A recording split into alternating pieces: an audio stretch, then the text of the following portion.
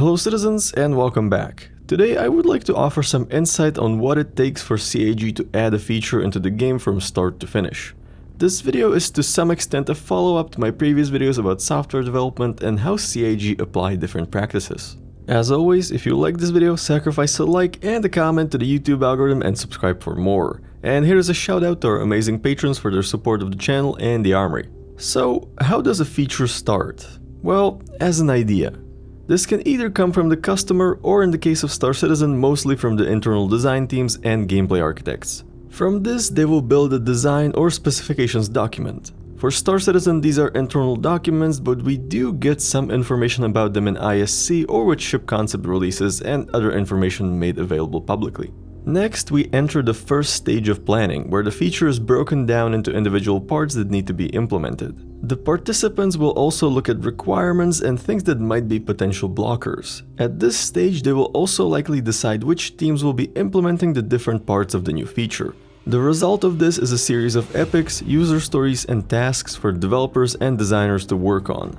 These are added to the internal Jira or other tracker and assigned to the backlogs of the relevant teams. Now, here's where you start encountering problems. Pretty much every team in question that's being assigned work will already have some work to do with different levels of priority. This makes coordination and planning for larger features requiring multiple teams complicated.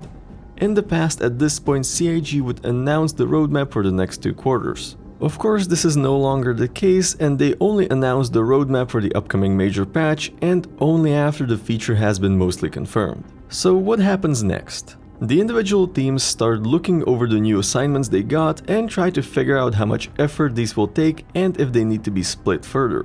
Splitting problems into smaller chunks is a very common practice in software development, and at least in my experience is one of the first things that you'll learn how to do. At this point, the team has to decide which items they want to take into the next sprint, meaning what they will actively work on for the next 2 weeks or however long their sprints are.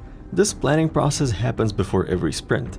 The breakdown of work items taken into the sprint depends on the team, but generally you want to build new features, fix bugs found during previous sprints regression, and address technical debt if possible.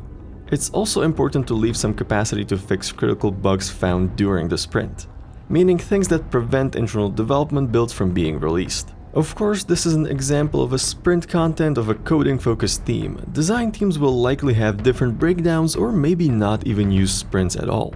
This is also where the majority of planning issues will happen. You can't work on something if the requirements are not met, and it only gets worse if the required items are supplied by another team. This causes priorities to shift and delays to appear. We know that CAG struggle with this. Not only they have admitted this, but they have also reorganized their development structure almost every year for the past 3 years to try and fix this. Whether the latest iteration works remains to be seen. So what's next? Well, the work items that can be worked on will be worked on and likely completed. There might be some issues like requirements being incorrect or the developers finding out that the effort needed is much greater than expected. This can cause an item to be rescheduled, which again starts the whole chain of issues. Once a work item is complete, it has to be checked into version control and passed through review. Once it passes through the review, it will be merged into the development branch. The development branch is generally going to be published several times a day as a development build to allow testing teams to test the newly completed work and report any issues that might be found. Once all items related to a certain feature are completed and have passed their tests, its development can be considered to be complete. Sometime after this, when enough new features are completed and tests have been done, the development branch can be promoted upwards into what we would know as a PTU branch. Here, as we know, stabilization fixes happen for the whole duration until a live release candidate is created. This is then merged into the live branch and the work is done. The final step is to merge back all the stabilization fixes to the dev branch so they can be used for future development. Now, there are a few caveats. Star Citizen is a live service, so while being developed, stability and availability has to be maintained.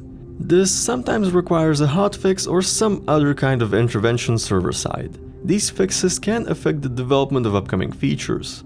On top of that, new bugs are discovered in the live environment that need to be addressed in the next release. On that note, I would like to make a quick detour to talk about why that happens. The logical expectation is that game-breaking bugs and exploits will all be discovered in the PTU, but this is often not the case.